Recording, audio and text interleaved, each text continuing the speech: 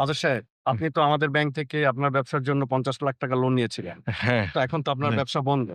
তো আপনার এই টাকাটা গ্রান্টার কে হবে? আমার গ্রান্টার যে কাগজপত্রগুলো আছে তুমি ঝামেলা শেষ করে ফেলান, নাহলে পরবর্তীকালে আপনার সমস্যা হতে পারে। ভাই আমি বুঝি তো ভাই, কিন্তু আমি যেই একটা মিনিট ভাই, আমি ভাইরে, ও ভাই, তুই তো আমার ভাই, আমার এখন মহাবিপদ ভাই। তোরা একটু জামিন ধরো আমার, আমি যত দ্রুত পারি তোদের টাকা আমি শোধ করে দিব ভাই। ভাইরে, এই মহাবিপদের সময় তোরা যদি আমার সাথে না দাঁড়াস, ব্যাংক তো সবকিছু দখল করে নিয়ে যাবে, এই বাড়ি ঘর সম্পত্তি সব, আমরা তো নিঃস্ব যাবো ভাই। সরাও, এই সমস্ত ঝামেলায় আমরা জড়াইতে পারবো না।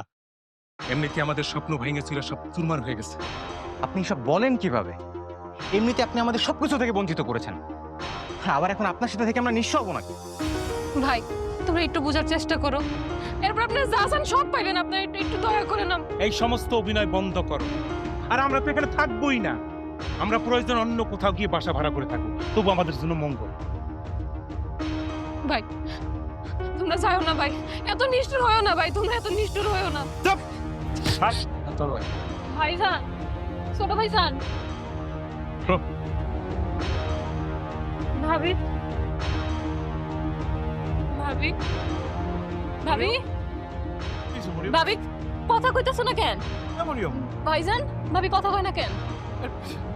ভাবি ভাবি ভাইজান, ভাবি তো আর নাই। ভাবি কথা কও।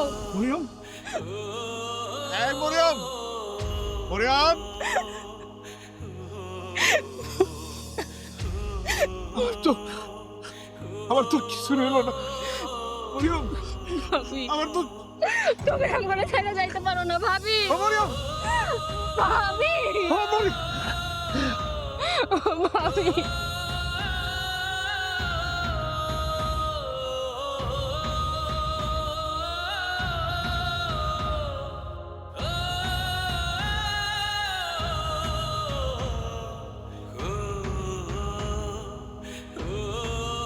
বড় ভাইজান, বারবার এমনি পিছে তাকায় মায়া বাড়াইতেছো কেন?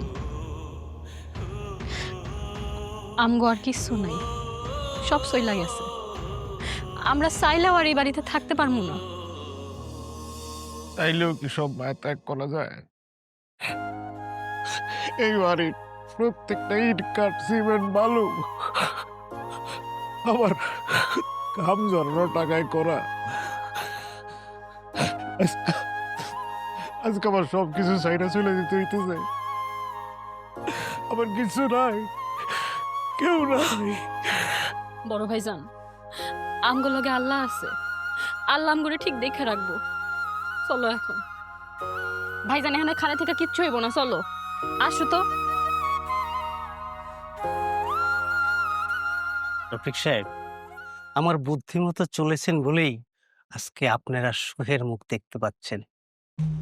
সেই ক্ষেত্রে তো আপনাকে একটা ধন্যবাদ দিতেই হয়।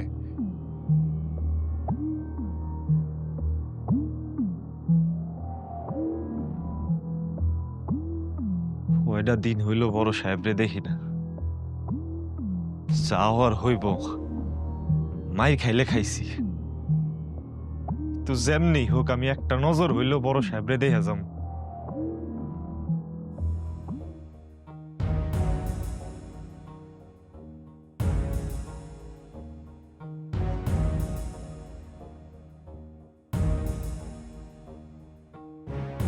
আপনাকে অসংখ্য ধন্যবাদ যে আপনি আমাদেরকে ফ্যাক্টরিতে আগুন দেওয়ার বুদ্ধিটা দিয়েছিলেন, নয়তো আজকের এই দিনটা আসলেই আসতো না। আপনার কথা শুনেছি বলেই আমরা ভুয়া ব্যাংকের লোক দেখিয়ে বাড়িটা লিখিয়ে নিতে পেরেছি। সবই তো ঠিক আছে, কিন্তু আমার মাঝে মধ্যে খুব ভয় লাগে, বড় ভাইজান যদি আবার ফেরত আসে, এসে যদি সবকিছু আবার নিয়ে নেয়। আরে না না, সেই দিন আর কোনো দিনই আসবে না। কেন আসবে না জানো? ভাবি মারা যাওয়ার শোকে বড় ভাইজান রাস্তায় রাস্তায় পাগলের মতো করতেছে। সে কোনোদিন জানবেই না যে পুরো শখটাই আমাদের সাজানো প্ল্যান ছিল। বড় ভাবি মারা গেছে, ভাইজান রাস্তায় রাস্তায় ঘুরতেছে। হাইরে নিষ্ঠুর ভাই, ভালোবাসা চিনলি না, তোদের কারণে লোকটা কি না করছে। আজকে লোভে পইরা সেই মানুষটারে সর্বশান্ত কইরা দিলি। তাহলে আপনাদের টাকাগুলো বুঝে নেন, আর এইখানে একটা সিগনেচার করে দেন।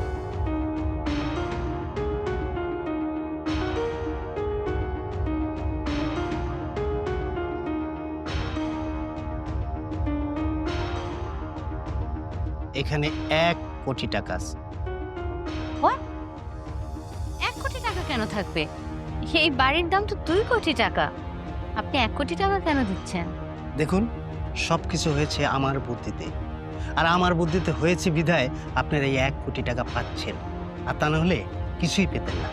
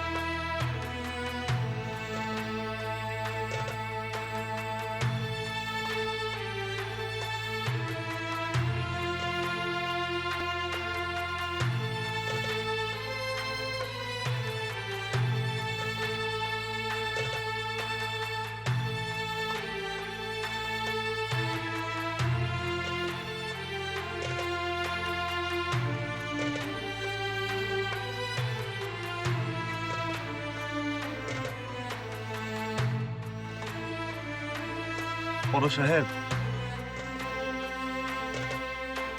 রাশেদ, তুই আপনার এই অবস্থা কেমনে হইল? আমার সবকিছু শেষ হয়ে গেছে রাশেদ। তোর বড় ভাবি আর নাই রে ভাই, বাড়ি ঘর সম্পত্তি সবকিছু নিলামে উঠছে, সব হারাইয়া আজকে আমি পথের ফকির। বড় সাহেব, একটা কথা কই, আপনার এই অবস্থার জন্য দায়ী আপনার ওই নিমক হারাম 2 ভাই, সবকিছু হ্যাগো করা। আমি আপনার বাড়িতে গেছিলাম, গিয়া নিজ কানে সবকিছু শুনছি, নিজ চোখে সবকিছু দেখাইছি। হেরা হ্যাগো স্বার্থের লেগে আপনার ফ্যাক্টরিতে আগুন লাগাই দিছিল। আবার ওই যে লোকজন ভাড়া কইরাই না ব্যাংকের লোক সাজা অর্থ সম্পদ যা কিছু আছে সবকিছু লুটটা লইছে ভাইজান। এটা এটা তুই আমারে কি শুনেলি রাশেদ? আমার ভাইজান। মাথা তো আকাশ ভেঙে পড়তেছে। হ্যাঁ, সারা জীবন ভালোবাসা দিয়া পৃথিবীর সমস্ত ভালোবাসা দিলাম যা করে, তারা তার বিনিময়ে আমারে এই দিল। হ্যাঁ, আমি আমার মরিয়মরে হারাইলাম অগলাইগা, আজকে আমি পথের ফকির হয়ে ঘুরতেছি। মেজো ভাই আর ছোট ভাই এত জঘন্য একটা কাজ কেমনে করলো? স্বার্থের লেগা মানুষ এত খারাপ হইতে পারে? ভাইয়ের লোকে এমন করলো, সে লেগেই মানুষ কয় পর কোনোদিন আপন হয় না। বড় সাহেব, আপনি চিন্তা করেন নাম গড়া 1 মুহূর্ত সময় নষ্ট করা ঠিক হইব না। আর ওই হারামি গুলারে 1 চুল পরিমাণ ছাড় দেওয়া যাব না। আমি আসি আপনাকে লগে, চলেন। চলো ভাইজান।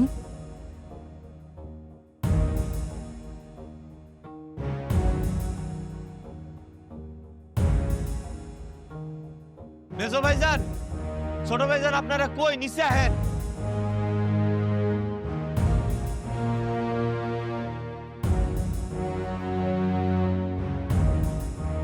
কি ব্যাপার? এই ভিখারির দল বাড়ির ভিতরে ঢুকলো কি করে? এদেরকে ভিক্ষা দিয়ে বের করে দাও, বের করে দাও। একদম মুখ সামলায় কথা কন। ভিখারি কইতাছেন কারে? যার বাড়িতে খাড়ায় আছেন হ্যারে ভিখারি কইতা লজ্জা করে না? ওই ফকিন্নির বাচ্চা, মুখ সামলায় কথা বলবি তুই? তোর এত বড় কলিজা, তুই আমাকে সামনে দাঁড়ায় আবার গলা উঁচা করে কথা কস? এই বাড়ি এখন আমার, বুঝছস? বেঈমান, বিশ্বাসঘাতক, তোরা আমার সাথে এত বড় অন্যায় করতে পারলি? হ্যাঁ, এই আমি তোকে ভাবি তোকে লেগে কি করি নাই? হ্যাঁ, সেই তোরা আমার ভাই হইয়া এত বড় বিশ্বাসঘাতকতা করলি, তোকে বুকটা একটু কাঁপলো না? তুমি আমাদের ভাই বটে, তবে মায়ের পেটের আপন ভাই নও। তুমি আমাদের সৎ ভাই। তুমি আমাদের সাথে যা যা করেছো আমরাও তাই করেছি। বছরের পর বছর একই বাপের সন্তান হয়ে কোম্পানির চেয়ার দখল করে বসে আছো তুমি মালিক, আর আমাদেরকে করে রেখেছো তোমার অধীনস্থ কর্মচারী। আর আজ যখন ভাগ চেয়েছি, কোম্পানির ভাগ, সম্পত্তির ভাগ, আমাদের কোনো কথায় পাত্তাই দাও না, তুমি আমলেই নাও না। তাই নিজেদের অধিকার বাধ্য হয়েছে ছিনিয়ে নেওয়ার জন্য। আপনারা যে বড় পাপ করছেন, এই পাপের কোনো ক্ষমা নাই খোদা পাকের কাছে।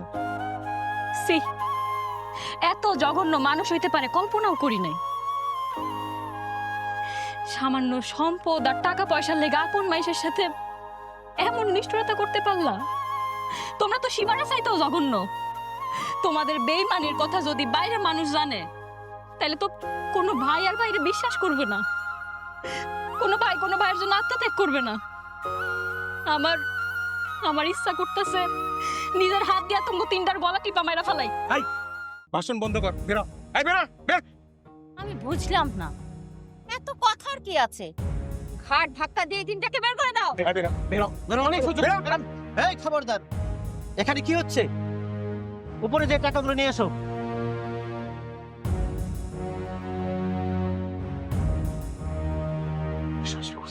কিষান, আপনার মনে কোথাও ভুল হচ্ছে স্যার। আপনার ওয়ারেন্ট আছে?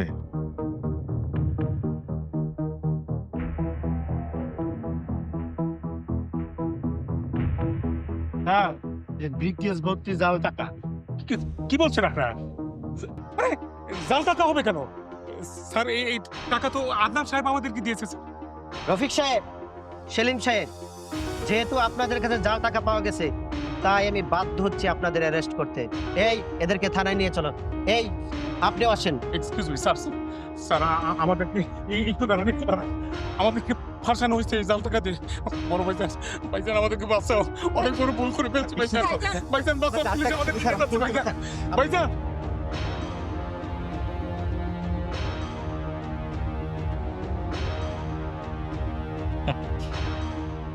এই বাড়িঘর দিয়ে এখন আর কি হইব? হ্যাঁ, আমার সাথের সংসার তো ভাঙ্গা চুরমার হয়ে গেছে। সুলতানা, এ সংসারে তো আমার মরিয়ম নাই, তোর ভাবি নাই, আমি তো একা হয়ে গেল। বর্ষা, আপনি এগুলা কি কইতেছেন? আমরা আছি না? হ্যাঁ ভাইজান, আমরা তোমার রেখা কোথাও যাব না। কোথাও না।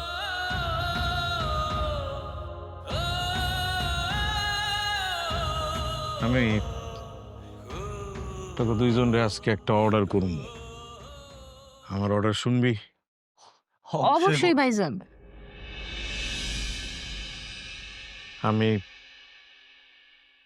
তোকে দুইজনরে বিয়া দিতে চাই। কারো কোনো আপত্তি আছে? বর্ষা, না ভাইজান। না, আপত্তি নেই। তাহলে বড় সব না, আমি ভাইজান। আমি এই বাড়িতে খাড়া থেকে আজকে তোকে দুইজনের বিয়া দিব, আর বাকিটা জীবন তোরা দুইজন একসাথে থাকবি আমার পাশে, আমার সাথে। আমি তোকে সাথে থাকবো। জি বর্ষা, জি ভাইজান। ভাইজান।